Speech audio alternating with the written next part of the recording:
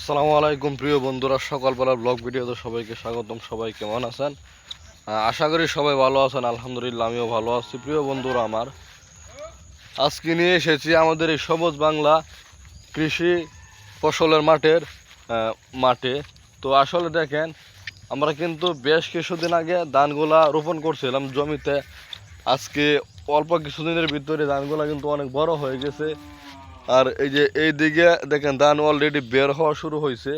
তো এই ধানগুলা কিভাবে এত অল্প সময়ে ধানগুলা বের হয়ে গেছে, আমি আজকের এই ভিডিওতে বিস্তারিত আলোচনা করার চেষ্টা করব।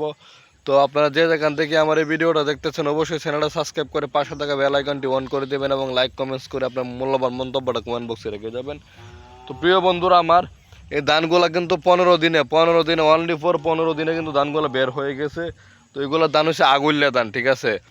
মানে আমরা এই আগুল্যা ধান কখন লাগাই, এটা হচ্ছে মানে বাওয়া মৌসুমে, যেটাকে বলা হয় এই বৃষ্টির পানি দিয়ে যে ফসলটা করা হয় এটাকে বলা হয় বাওয়া মৌসুম।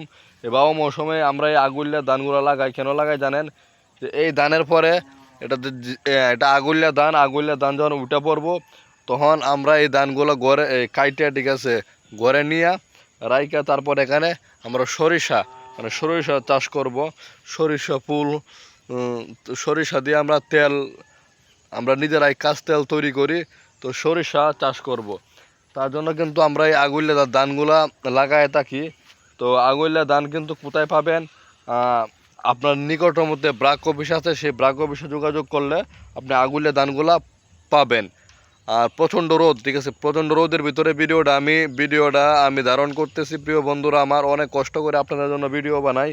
তো আপনারা যে যেখান থেকে ভিডিওটা দেখেন, সামনে পড়লে ভিডিওটাকে স্কিপ করবেন না, দয়া করে সম্পূর্ণ কথাগুলো শুনে যাবেন এবং চ্যানেলটা সাবস্ক্রাইব করে পাশে থাকা বেল আইকনটি অন করে দেবেন এবং লাইক কমেন্টস করে আপনার মূল্যবান মন্তব্যটা কমেন্ট বক্সে বলে যাবেন। প্রিয় বন্ধুরা, তো এই আগুলিয়া ধানগুলা আপনি এই আপনাকে বেশি কিছু করতে হবে না। ব্রাক অফিসে আপনার নিকটতম যে ব্রাক অফিস আছে, সেই ব্রাক অফিসে যোগাযোগ করবেন। ব্রাক অফিসের ওরা যেভাবে বলে আপনার ঠিক সেভাবে কাজ করবেন। আশা করি আপনার জমিও বা আপনার ফসলও, ঠিক আছে, এই সবার আগে আপনি গড়ে তুলতে পারবেন। আর এইগুলা কিন্তু মানে অনেক প্রচণ্ড ধান হয়। আগুলিয়া ধানগুলো কিন্তু অনেক ভালো এবং প্রচণ্ড ধান হয়।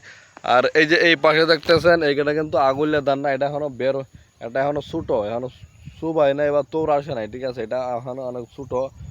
তো আমি কিন্তু চেষ্টা করি আপনাদেরকে আমাদের যে কৃষি কাজগুলার যে ভিডিওগুলা তুলে ধরার জন্য আমি অলওয়েজ চেষ্টা করি।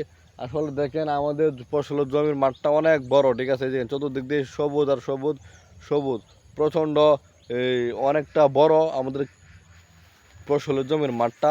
তো প্রিয় বন্ধুরা আমার, আমরা আমি বেশ কিছুদিন আগে একটা ভিডিও তো বলেছিলাম যে কিভাবে ধান ক্ষেত রোপণ করতে হয়, কিভাবে ধান লাগাইতে হয়। আজকে নিয়ে এসেছি যে এই আগুল্যা ধান আপনারা কোথায় পাবেন, ঠিক আছে?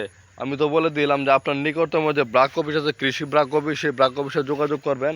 ওদেরকে বলবেন যে আমি আগুল্যা ধান লাগবো, ঠিক আছে, যে ধানটা এই মানে অল্প দিনের ভিতরে, সর্বোচ্চ 1 মাসের ভিতরে ধানটা বের হয়ে যায় এবং 1.5 মাসের ভিতরে ধানটা পাইকে যায়, ঠিক আছে? তো এরকম ধান আপনার অবশ্যই পাবেন।